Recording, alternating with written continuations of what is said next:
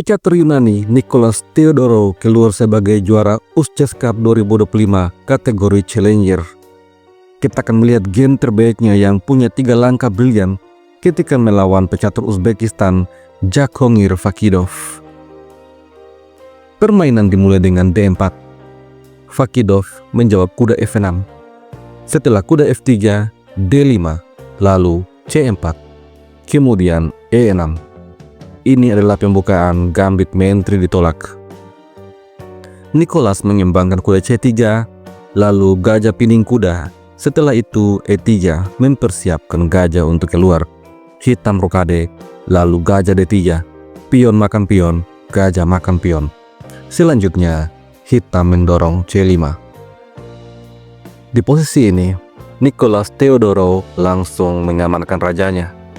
Setelah terjadi pertukaran pion, pion makan pion.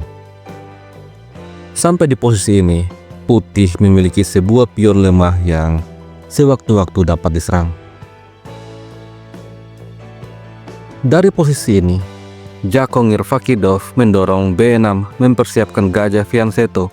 Lalu Theodorou membawa main 3 ke petak A4 menyerang gajah. Fakidov memanggil gajah untuk kembali ke baris pertahanan. Selanjutnya benteng D1, menjaga pion dan bersiap untuk mendorongnya kapan saja. Hitam kemudian memainkan gajah fianchetto. Setelah itu putih memainkan kuda E5, memasuki petak outpost dan mengontrol petak-petak penting. Di posisi ini Fakidov coba untuk mengadu main 3, tetapi Nicholas menyerang balik main 3. Maka dari itu main 3 ke petak C8. Sampai pada posisi ini, Nicholas Theodorou membuat jebakan gajah G5. Langkah ini adalah langkah tunggu, melihat kemana kuda hitam akan berkembang. Apabila kuda ke petak C6, maka hitam akan kalah 1 perwira. Apabila kuda B ke petak D7, maka gajah makan kuda. Setelah kuda makan gajah, gajah makan gajah. Putih menang 1 perwira. Dan apabila kuda ke petak A6, maka gajah makan kuda. Setelah gajah makan gajah, kuda D7. Benteng lari, kuda makan gajah. Setelah pion makan kuda, maka struktur pion hitam mengalami kerusakan. Oleh karena itu, pada posisi ini, hitam menunda untuk mengimbangkan kudanya. Terlebih dahulu, pion harus mengusir gajah. Setelah gajah mundur D3, B5, maka main 3 mundur C2. Pion H tertekan. Oleh karena itu, Jakhongir Fakidov mengusir gajah. Lalu, gajah makan kuda. Di posisi ini, Jakhongir Fakidov memainkan langkah yang tidak tepat. Dia mengambil gajah menggunakan pionnya dengan tujuan untuk membuka lajur G. Akan tetapi, alih-alih menyelamatkan kuda, Nicholas Theodorou memainkan main 3 D2 mengincar pion. Fakidov ternyata berani untuk makan kuda, membiarkan main 3 makan pion dan mengancam skakmat. Di posisi ini, Fakidov mendorong F5, menutup akses gajah untuk menekan raja. Nicholas Theodorou tidak kehabisan ide. Main 3 G6 skak, raja H8, kemudian pion makan pion, membuka lajur D. Di posisi ini, Jakhongir Fakidov memainkan gajah C5. Selanjutnya, Theodorou kembali menyerang raja skak, lalu raja G8. Dan di posisi ini, langkah terbaik untuk putih adalah kembali melakukan skak sehingga raja kembali ke baris H. Akan tetapi, di posisi ini, Nicholas Theodorou membuat langkah yang tidak tepat, langkah yang kurang begitu akurat. Gajah mundur C2. Sepertinya Theodorou ingin mengaktifkan benteng.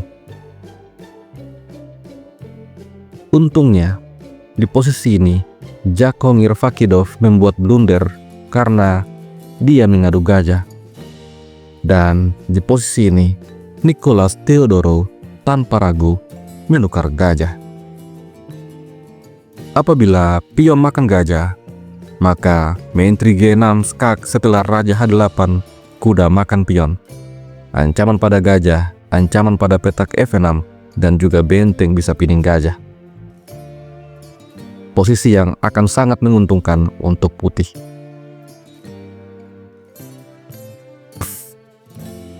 Oleh karena itu, di posisi ini, Jakongir Fakidov terpaksa memainkan benteng A8.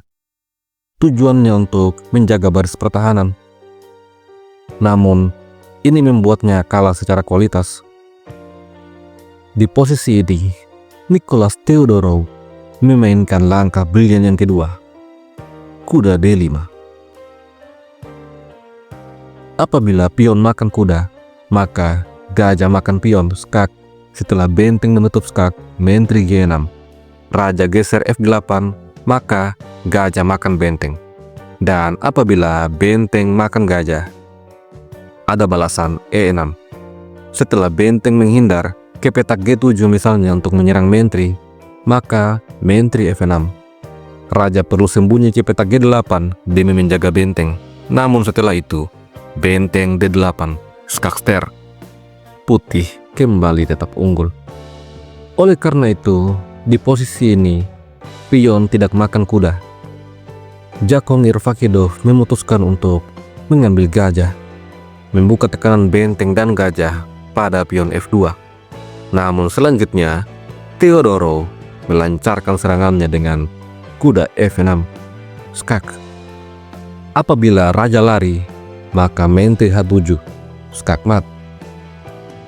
Maka dari itu, Jakongir Fakidov terpaksa menukar benteng dengan kuda.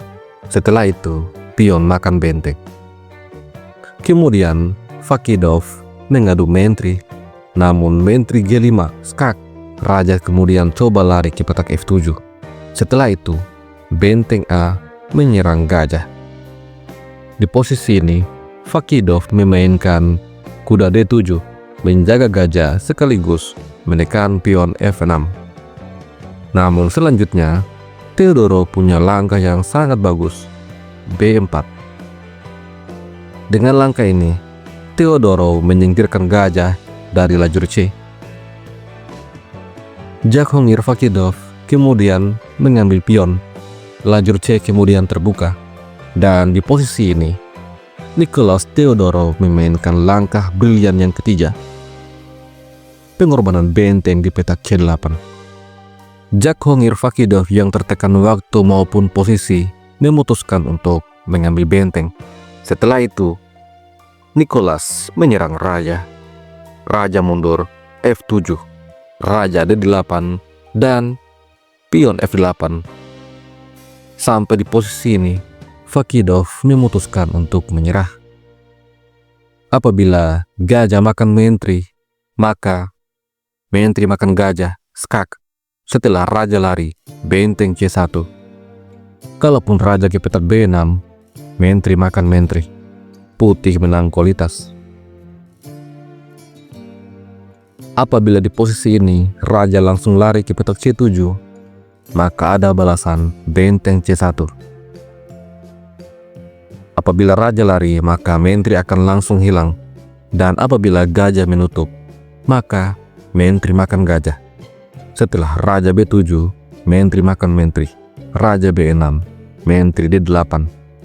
Kalaupun benteng menutup skak, maka menteri makan benteng.